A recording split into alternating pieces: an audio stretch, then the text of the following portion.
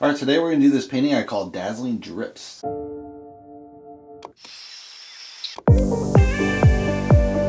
right, the question of the day is, what was the secret ingredient in Jackson Pollock paintings?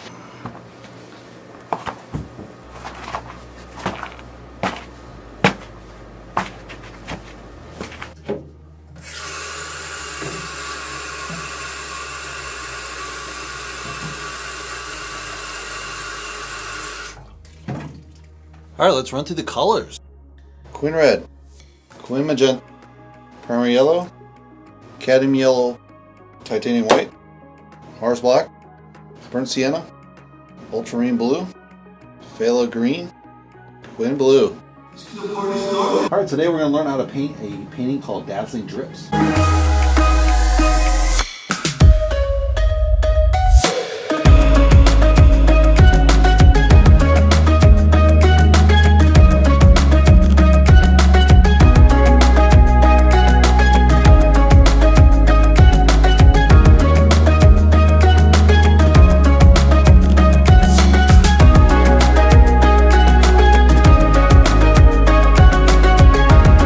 For this layer, we got a really nice dark green, got yellow going in here. What we're going to do is add some blues and greens to kind of tone this down a little bit and get a little more variety into the colors themselves.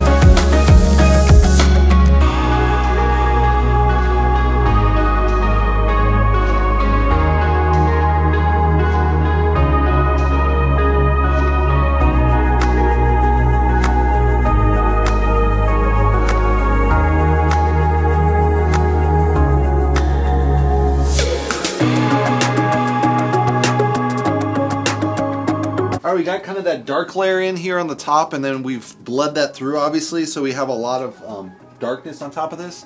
So I want to brighten this back up and bring back in that yellow and really make the middle pop. And then we'll darken up the edges so it kind of gives that really seriousness to the middle of the painting.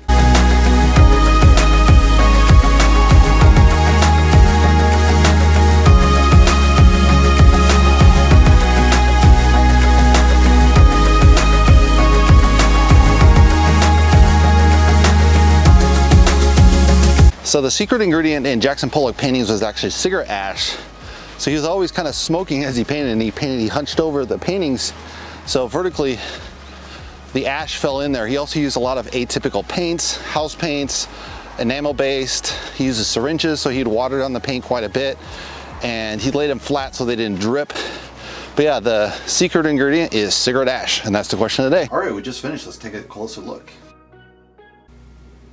So we have this really nice dark at the top to kind of cut back on the drip effects, and then that's obviously blended into the yellow. The yellow kind of has filled in the gaps where there was white, so it's kind of a little less obvious with the gesso. Feels more like the yellow is mixed in with the gesso perhaps, and obviously fading into the darkness on this. This one has a really subtle drip pattern, not so obvious. It has kind of a little bit of a line in the middle, which is kind of interesting.